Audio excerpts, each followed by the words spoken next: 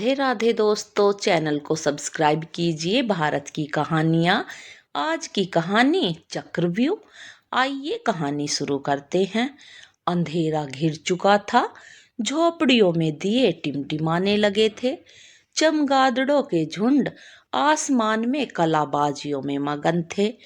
ठीक उसी वक्त एक वीरान सुनसान निस्तंभ सड़क पर एक जेड बाइक के प्रकाश में गोलू ने देखा कि एक अत्यधिक वस्त्र अलंकारों से युक्त सौंदर्य मूर्ति युवती हाथ उठाकर लिफ्ट मांग रही थी।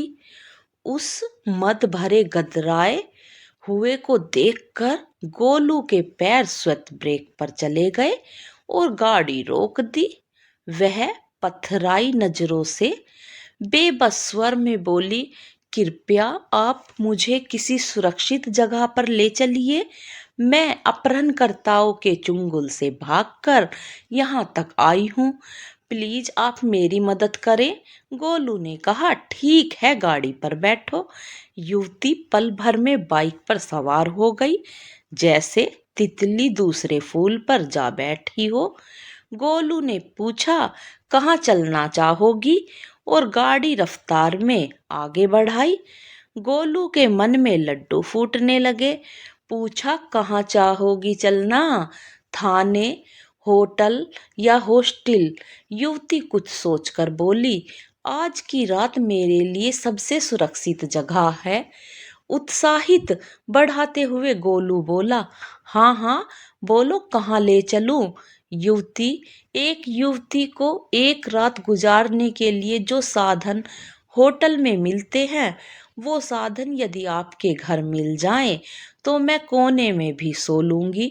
गोलू, सोच लो, कोने में ही सोना पड़ेगा, क्योंकि मेरे घर में अतिरिक्त बेड एक भी नहीं है।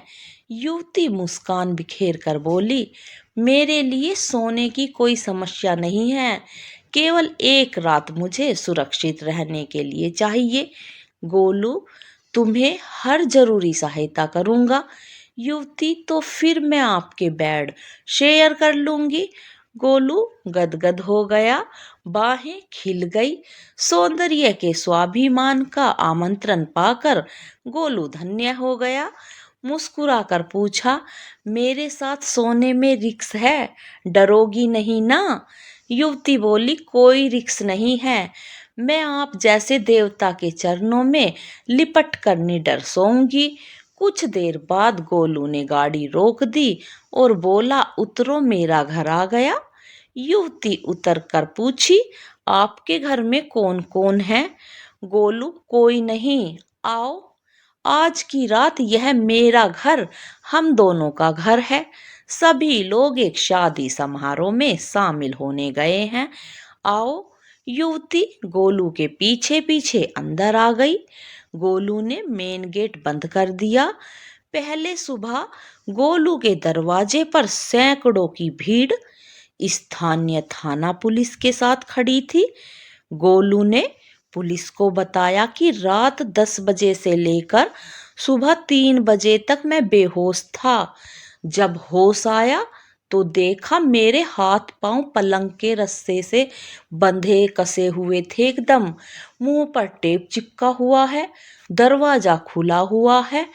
वह युवती मेरे पास आई और मुस्कुराकर बोली, मुझ पर आंखें मूंद कर विश्वास करके और मेरे हुस्न के सुगंध के चक्रव्यूह में फंसकर आपने बहुत अच्छा काम किया था, धन्यवाद। जिस पलंग से मैं बंधा था उस पलंग को छोड़कर ए टू जेड सारा का सारा सामान ट्रक पर लाद कर चली गई। और इतना कहकर वो जोर जोर से रोने लगा। रोने के सिवाय वह कर भी क्या सकता था, बेचारा गोलू। तो आज की कहानी यहीं पर ख़त्म होती है दोस्तों। कमेंट करके बताना आपको ये कहानी कैसी लगी। चैनल को सब्सक्राइब करना। धन्यवाद दोस्तों।